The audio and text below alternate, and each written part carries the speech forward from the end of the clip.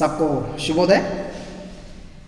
मेरे प्यारे छात्रों, हम कल सूरदास के रचित पद में सूरदास की परिचय देखे थे। तो आज सूरदास के रचित और भ्रमर गीत से लिए गए इस पद के बारे में विवरण देखेंगे। इस कविता में सूरदास ने हमको ये जानकारी देना चाहते हैं, कृष्ण ने मथुरा जाने के बाद स्वयं न लौटकर उनके दोस्त उद्धव को भेजा था। वो उद्धव ने गोपिका स्त्री के पास आके उनको ज्ञान मार्ग को देने के लिए शुरू किया, परंतु गोपिका स्त्रियों ने कभी ज्ञान मार्ग नहीं चाहती थी। उनको प्रेम मार्ग पसंद लगता था, परंतु उद्धव को यह नहीं समझ में आया। उनको ज्ञान मार्ग देने के लिए प्रयास किया। हम महाभारत की ओर देखें तो कृष्ण के बारे में हमको जानकारी मिलता है। कृष्ण कभी गोपिका स्त्रियों को बहुत पसंद करते हैं और गोपिका स्त्रियों ने भी उनकी निष्कल्मश मन से बहुत प्यार करती है, परंतु यहाँ पर ये नहीं हुआ। स्वयं कृष्ण आना था, परंतु कृष्ण मथुरा नगर स्वयं नहीं आया। उसके जगह पर उनके दोस्त उद्धव को भेजा गया, परंतु गोपिका स्त्रियों के मन में इतना दुख सहना पड़ा। इसके बारे में इस पद हमको जानकारी देती है। बच्चों, हम पहले पद में जाएंगे। औद तुम हो अति बड़भागी, अपर सरहत सनित तागतई, नाहि मन अनुरागी। पुनहि निपात रहत जल भीतर, तारस देह न दागी। जो जल माहा तेल की गागरी, बूंद ना ताको लागी। प्रीति नदी में पाऊ ना बौरस, दृष्टि ना रूपी परागी। सूरदास अबला हम बोरी, तुम छांटी जो पागी। बच्चों, इसकी आशय सुनिए। यहां पर गोपिका स्त्रियों ने उद्धव को कठिन वचन से, कठिन बातों से डांट रही है। हे उद्धव, हम कृष्ण को कितना चाहती है ये आपको भी पता है, परंतु आपने इतना ही जरा सा आपको इसके बारे में एहसास नहीं है, इसके बारे में आपको प्रज्ञा नहीं है। आपने हमको ज्ञान के बारे में संदेश देने के लिए आए हो, परंतु हम प्रेम मार्ग चाहती है। आपके संदेश हमको ऐसा लग रहा है कि आप बड़ी भागी हो या भाग्यशाली हो, पुण्यशाली हो, क्योंकि उद्धव तुम अति बड़भागी, उद्धव तुम अति बड़भागी हो, पुण्यशाली हो, क्योंकि आपके साथ साथ ही कृष्ण रहता है। कृष्ण आपके दोस्त है, कभी आपके साथ ही रहता है, परंतु आपको इसका जानकारी नहीं है। जैसे कमल जल में रहते भी कमल को जरा सा नहीं पता चलता है पानी का मोल क्या है। पानी के बिना कमल नहीं खिलती है, या पानी के बिना कमल कभी जीवित नहीं रहती है। परंतु आप कृष्ण के साथ साथ रहकर भी आपने उसकी प्यार में कभी नहीं डूबा है। कृष्ण की प्यार की संदर्भ में आप पांव नहीं रखा है। आप कृष्ण के साथ रहने से ही भाग्यशाली हो, परंतु उसकी प्यार से बहुत दूर हो। ಮಕ್ಕಳೇ, ಇದನ್ನು ನಾವು ಕನ್ನಡದಲ್ಲಿ ಹೇಳೋದಾದರೆ, ಗೋಪಿಕಾ ಸ್ತ್ರೀಯರು ಆ ಉದ್ಧವನನ್ನ ಕಟುವಚನಗಳಿಂದ ಹೇಳ್ತಾ ಇದ್ದಾರೆ. ಹೇ ಉದ್ಧವನೇ, ನೀನು ಅತ್ಯಂತ ಭಾಗ್ಯಶಾಲಿ, ನೀನು ಅತ್ಯಂತ ಪುಣ್ಯಶಾಲಿ ನೀನು. ಯಾಕೆ ಅಂದರೆ ಕೃಷ್ಣ ನಿನ್ನ ಸ್ನೇಹಿತ, ನಿನ್ನ ಜೊತೆನೇ ಇರ್ತಾನೆ. ಆದರೂ ಸಹ ನಿನಗೆ ಅವನ ಪ್ರೀತಿ ಕೊಂಚಿತ್ತೂ ಅರ್ಥವಾಗಿಲ್ಲ, ನಿನಗೆ ಅವನ ಪ್ರೀತಿ ಕಿಂಚಿತ್ತೂ ಕೂಡ ಅರ್ಥವಾಗಿಲ್ಲ. ಯಾಕೆ ಅಂದರೆ, ಹೇಗೆ ನಿನಗೆ ಅವನ ಪ್ರೀತಿ ಅರ್ಥವಾಗಿಲ್ಲ ಅಂದರೆ, ಒಂದು ಕಮಲದ ಹೂವು ನೀರಿನಲ್ಲಿ ಇದ್ರೂ ಸಹ ಆ ನೀರಿನ ಮೌಲ್ಯ ಆ ಕಮಲದ ಹೂವಿಗೆ ಗೊತ್ತಿಲ್ಲ. ಅದು ಅನ್ಕೊಳ್ತದೆ ನಾನು ನೀರನ್ನು ಬಿಟ್ಟು ಸಹ ಬದುಕಬಹುದು, ಅಥವಾ ನೀರಿನಿಂದ ದೂರವಾಗಿಯೂ ನಾನು ಬದುಕಬಲ್ಲೆ ಅನ್ನುವಂತಹ ಭ್ರಮೆಯಲ್ಲಿದೆ. ನಿಜವಾಗಿಯೂ ಅದಕ್ಕೆ ಆ ಒಂದು ನೀರಿನ ಮೌಲ್ಯ ತಿಳಿದಿಲ್ಲ. ಹಾಗೆ ನೀನು ಕೃಷ್ಣನ ಜೊತೆಗಿದ್ದರೂ ಸಹ ಕೃಷ್ಣನ ಮೌಲ್ಯ, ಅವನ ಪ್ರೀತಿ ನಿನಗೆ ಇನ್ನೂ ಅರ್ಥವಾಗಿಲ್ಲ ಉದ್ಧವ ಅಂಥೇಳಿ ಕಟ್ಟುವಚನಗಳಿಂದ ಹೇಳ್ತಾ ಇದ್ದಾರೆ. ಮುಂದಿನ ಸಾಲುಗಳಿಗೆ ಹೋಗೋಣ.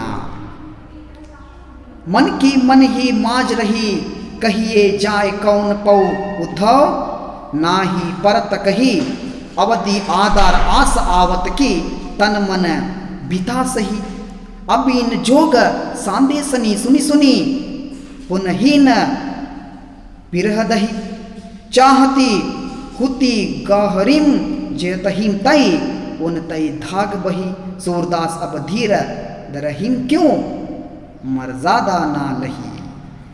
अगले देखेंगे इसका आशय क्या होता है।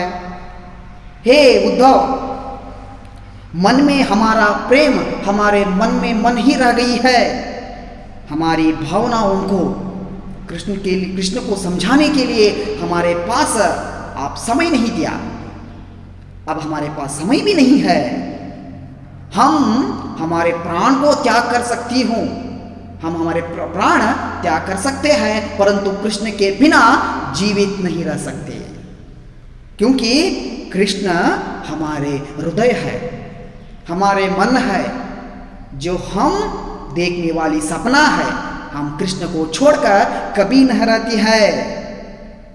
ये सब को आप जानते ही हम और हमारा प्रेम को आपने कलंक लगाया है, और हमारे विरह वेदना को आप नहीं समझ पाए।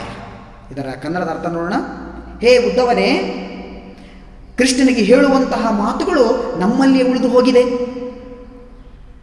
ಕೃಷ್ಣನ ಬಗ್ಗೆ ಇದ್ದಂತಹ ಭಾವನೆಯೂ ಕೂಡ ನಮ್ಮಲ್ಲೇ ಉಳಿದು ಹೋಗಿದೆ.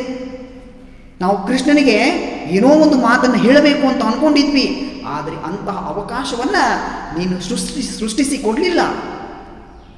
ಕೃಷ್ಣನು ಬರುವ ಜಾಗದಲ್ಲಿ ನೀನು ಬಂದಿದೀಯಾ, ಮತ್ತು ನಮಗೆ ನಮ್ಮ ಮನಸ್ಸಿಗೆ ದುಃಖ ತರುವಂತಹ, ನಮಗೆ ಹಿಡಿಸದೇ ಇರುವಂತಹ, ನಮಗೆ ಇಷ್ಟವಿಲ್ಲದಿರುವಂತಹ ಸಂದೇಶವನ್ನು ನೀಡ್ತಾ ಇದೆಯಾ? ಖಂಡಿತವಾಗಿಯೂ ನಾವು ಇಲ್ಲಿಯೇ ಪ್ರಾಣ ಬಿಡ್ತೇವೆ ಹೊರತು ಕೃಷ್ಣನನ್ನು ಬಿಟ್ಟು ನಾವು ಬದುಕಲಾರೆವು. ಈಗಲಾದರೂ ನಮ್ಮ ಒಂದು ಏಕನಿಷ್ಠ ಪ್ರೇಮವನ್ನು ನೀನು ಅರ್ಥ ಮಾಡಿಕೋ ಉದ್ಧವ, ಹೋಗಿ ಇದನ್ನು ಕೃಷ್ಣನಿಗೆ ತಿಳಿಸು ಅಂಥೇಳಿ ಅವರು ಉದ್ಧವನಿಗೆ ಕಟು ವಚನಗಳಿಂದ ಮಾತಾಡ್ತಾ ಇದ್ದಾರೆ. ಮುಂದಿನ ಸಾಲು ಹೋಗೋಣ. ಹಮಾರೌ ಹರಿ ಹಾರಿಲ್ ಕಿ ಲಕರಿ, मन क्रम बचन नंद नंदन उर, यहाँ दृढ़ करी पकरी, जागत सोहत स्वप्न दिवस नीस नीसी, कन्हा कन्हा जगरी, सुनत जोग लागत है, ऐसो जो कहुई के ककरी, सूतो व्याधि हमको लो आए, देखी सुननाकारी, यह तौ सुर तिनहिम लई, सोपो जिनते मन चकरी। इसका आशय विवरण देखेंगे हम। जैसे गोपिका स्त्रियों ने ये समझाने की कोशिश कर रही है, जैसे हरीले पंछी ने एक लकड़ी को सदा उनके पाँव में रखते रहती है, उसे बिना उसे छोड़कर वो कभी नहीं रहती।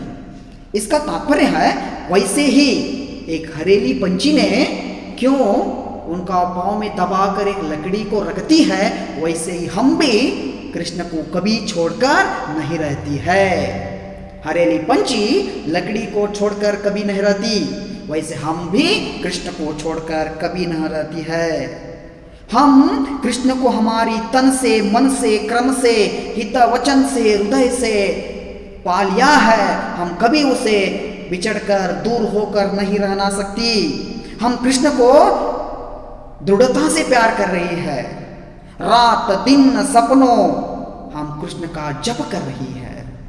अब कितना ही नहीं समझा है, क्योंकि आपने हमको ये संदेश, योग का संदेश देने के लिए आए हो। हमको आपका बात जरा सा भी पसंद नहीं लग रहा है। आपकी बात हमको विष की काकरी जैसे लग रही है। काकरी मीन्स विष फल की जैसे लग रही है, जैसे उसे हम लेने के लिए, खाने के लिए हमारे मन इतना दुख हो रही है. आप समझो, ಇದರ ಕನ್ನಡದಲ್ಲಿ ಅರ್ಥ ಹೇಳೋದಾದರೆ, ಒಂದು ಹಸಿರು ಪಕ್ಷಿ ಒಂದು ಕೋಲನ್ನು ತನ್ನ ಕಾಲಡಿಗೆ ಇಟ್ಕೊಂಡಿರುತ್ತೆ ಯಾವತ್ತೂ ಕೂಡ. ಆ ಪಕ್ಷಿ ಆ ಒಂದು ಗಡ್ಡಿಯನ್ನು, ಒಂದು ಕೋಲನ್ನು ಎಂದಿಗೂ ಬಿಟ್ಟಿರುವುದಿಲ್ಲ. ಹಾಗೆಯೇ ನಾವು ಸಹ ಶ್ರೀಕೃಷ್ಣನನ್ನು ಬಿಟ್ಟು ಎಂದಿಗೂ ಇರಲಾರೆವು. ಕೃಷ್ಣನನ್ನು ನಾವು ಹೇಗೆ ಪಡ್ಕೊಂಡಿದ್ದೀವಿ ಅಂದರೆ, ಮನಸ್ಸಿನಿಂದ, ಕರ್ಮದಿಂದ, ಹಿತವಚನದಿಂದ, ಹೃದಯದಿಂದ, ದೃಢತೆಯಿಂದ.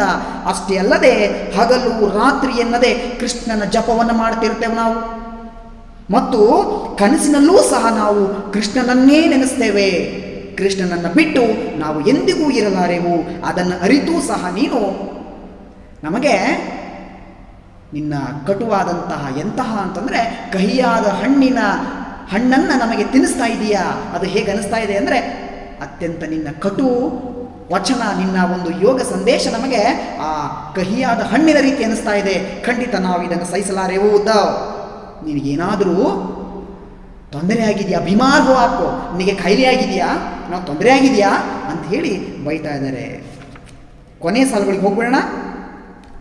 ಹರಿ ಹೌ ರಾಜನೀತಿ ಪಡಿ ಆಯೆ, ಸಮझी बात कहत मधुकर के समाचार सब पाए, एक अति चतुर हमें पहले ही अब गुरु ग्रंथ पढ़ाए, बड़ी बुद्धि जानी के उनकी जोग संदेश पढ़ाए, औदो भले लोग आगे के पर हित डोलत धाये, अब अपने मन फिर बाई है चलत जू हुते चुराए, तो क्यों अनीति करे आपुन जे और अनीति छुड़ाए, रात धर्म तो यही सूर जो प्रजा न जाही सताए.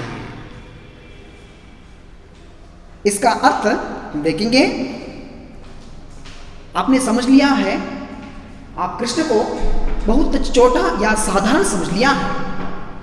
आप कृष्ण के दोस्त हो, कृष्ण के पास कभी रहते हो, परंतु हमसे ज़्यादा आपको कृष्ण के बारे में ज़रा सा भी पता नहीं है. क्योंकि कृष्ण एक महान व्यक्ति है. वो राजनीति पढ़ा है, राजा का कर्तव्य क्या है और प्रजा का पालन कैसे करना है, ये सब की जानकारी कृष्ण को है. इतना ही नहीं, उद्धव वो एक अच्छे से राजनीति जानते हैं और प्रजा की संकष्ट को भी जानते हैं और गुरु ग्रंथ साहिब को भी जानते हैं और पुराण ग्रंथों की भी जानते हैं, लोगों की तकलीफ को भी जानते हैं, सब कुछ जानते हैं. परंतु आपने इतना सब जानते हैं कृष्ण ने, परंतु आपको थोड़ा सा भी कृष्ण के बारे में ज्ञान नहीं है, थोड़ा सा भी कृष्ण के बारे में जानकारी नहीं है. उसके प्यार की संदर्भ में आप पाँव नहीं रखे हो. इसलिए प्रजा का धर्म ही उनका परम धर्म है, इसलिए वो वापस नहीं आए हैं. ऐसे हम समझ लिए हैं. ಕೊನೆ ಸಾಲು ಹೋಗೋಣ. ಈಗ ಕೃಷ್ಣನ ಪರವಾಗಿ ಮಾತಾಡ್ತಾ ಇದ್ದಾರೆ. ನೀನು ಕೃಷ್ಣನನ್ನು ಒಬ್ಬ ಸಾಧಾರಣ ವ್ಯಕ್ತಿ ಅಂತ ಹೇಳಿ ಅಂದ್ಕೊಂಡಿದೀಯಾ? ಆದರೆ ಕೃಷ್ಣ ಒಬ್ಬ ಸಾಧಾರಣವಾದಂಥ ವ್ಯಕ್ತಿ ಅಲ್ಲ. ಅವನಿಗೆ ರಾಜನೀತಿ ತತ್ವಗಳೆಲ್ಲವೂ ತಿಳಿದಿದೆ. ಗುರು ಗ್ರಂಥ ಸಾಹಿಬನ್ನು ಕೂಡ ತಿಳ್ಕೊಂಡಿದ್ದಾರೆ. ಅಷ್ಟು ಮಾತ್ರವಲ್ಲದೆ ಒಬ್ಬ ಇಡೀ ಜಗತ್ತಿನಲ್ಲೇ ಅತ್ಯಂತ ಶ್ರೇಷ್ಠ ರಾಜನೀತಿ ತತ್ವಜ್ಞನೂ ಕೂಡ ಆಗಿದ್ದಾರೆ. ಅಷ್ಟೆಲ್ಲವೂ ಇರಬೇಕಾದ್ರೆ ಒಬ್ಬ ರಾಜ ತನ್ನ ಕೆಲಸವನ್ನು ಪ್ರಜೆಗಳಿಗೋಸ್ಕರ ಹೇಗೆ ಮಾಡಬೇಕು ಅನ್ನುವಂತಹ ವಿಚಾರವೂ ಸಹ ಗೊತ್ತಿದೆ. ಎಲ್ಲಕ್ಕಿಂತಲೂ ಜಾಸ್ತಿ ಒಂದು ಧರ್ಮವನ್ನು ಹೇಗೆ ಉಳಿಸಬೇಕು, ಒಬ್ಬ ನಿಜವಾದ ರಾಜನ ಧರ್ಮ ಏನು ಅನ್ನೋದನ್ನು ಕೂಡ ಕೃಷ್ಣ ಅರಿತಿದ್ದಾನೆ. ಹಾಗಾಗಿ ಇವತ್ತು ಅವನು ಆಗಿಲ್ಲ ಅನಿಸುತ್ತೆ. ಅದನ್ನು ನೀನು ಹೇಳದೆ ನಮಗೆ ನಿನ್ನದೇ ಆದ ಗರ್ವದಿಂದ, ಅಹಂಕಾರದಿಂದ ನಿನ್ನ ಒಂದು ಯೋಗ ಸಂದೇಶವನ್ನು ನಮಗೆ ಕೊಡಕ್ಕೆ ಬರ್ತಾ ಇದೆಯಾ? ನಾವು ಯೋಗ ಸಂದೇಶವನ್ನು ಕೇಳುವಂಥವರಲ್ಲ. ನಮಗೆ ಬೇಕಾಗಿರುವಂಥದ್ದು ಪ್ರೇಮ ಸಂದೇಶ.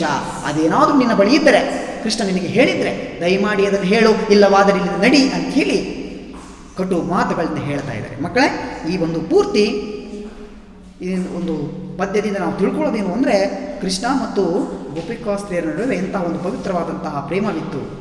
ಹಾಗೂ ನಾವು ಉದ್ದವನನ್ನು ನೋಡ್ಕೊಂಡು ಏನು ಕಲಿತೀವಿ ಅಂದರೆ, ನಮಗೆ ಸ್ವಲ್ಪ ಗೊತ್ತಿರುತ್ತೆ, ನಾವು ಅದನ್ನು ಅಹಂಕಾರವನ್ನಾಗಿ ತಗೋಬಾರ್ದು. ಸ್ವಲ್ಪ ಗೊತ್ತಿದೆ, ಅದು ನಾವು ಅಹಂಕಾರವನ್ನು ಯಾವತ್ತೂ ಪಡಬಾರ್ದು. ಜೀವನದಲ್ಲಿ ತಿಳ್ಕೊಳ್ಳೋದು ತುಂಬ ಇರ್ತದೆ ಅನ್ನುವಂಥ ಸಂದೇಶನ ನೀಡ್ತಾರೆ. ನಾವು ಮುಂದಿನ ಪದ್ಯಕ್ಕೆ ಮತ್ತೆ ಹೋಗೋಣ. ಧನ್ಯವಾದಗಳು.